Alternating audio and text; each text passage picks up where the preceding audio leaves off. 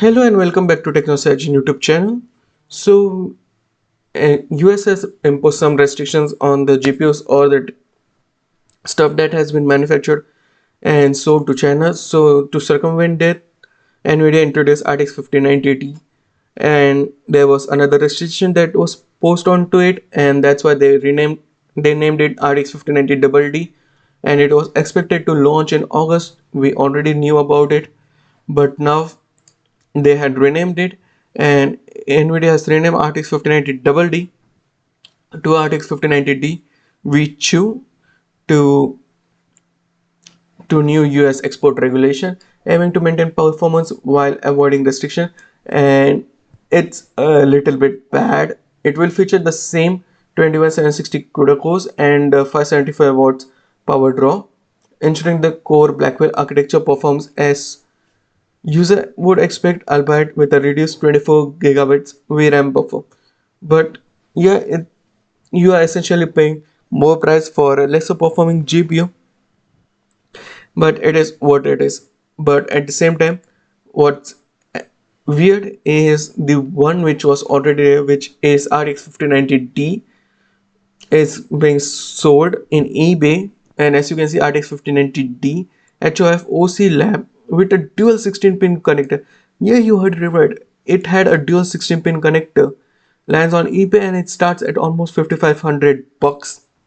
Insane, but dual 16-pin, it's absolutely absurd, because what did it just a speculation at this current point of time. But as you can see on the screen here, it has a seriously a dual 16-pin connectors, so it can draw up to 1000 watts.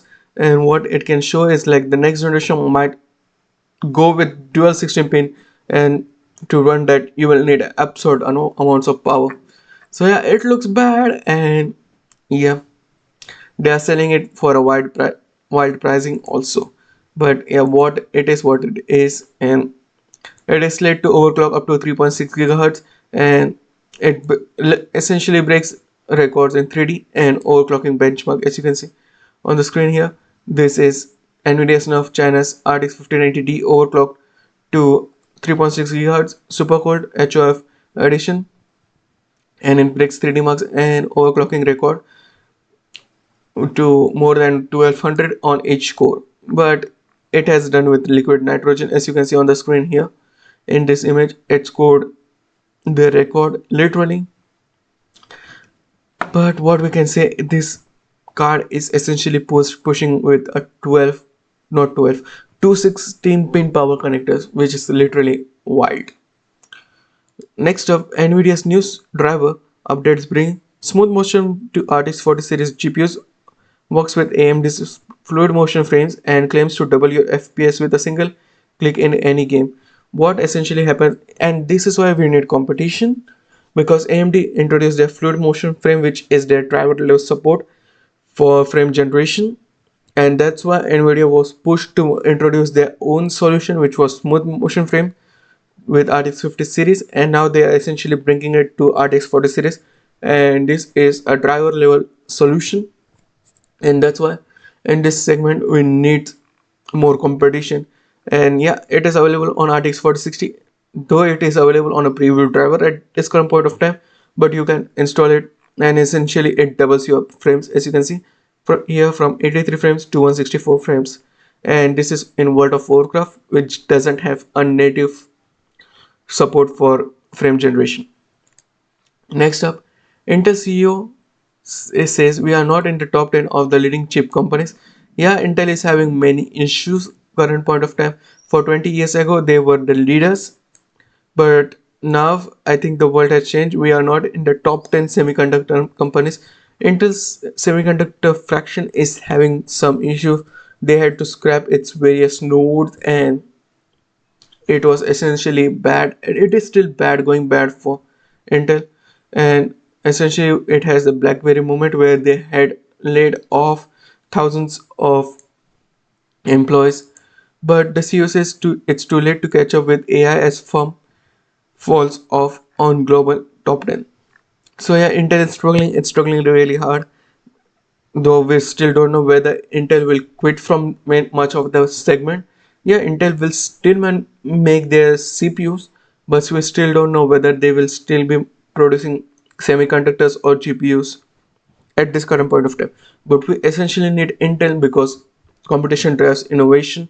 If Intel exits, there will be no competition to Samsung or TSMC in semiconductor market, and there will be no competition to AMD or NVIDIA in GPU segment. So we essentially need Intel.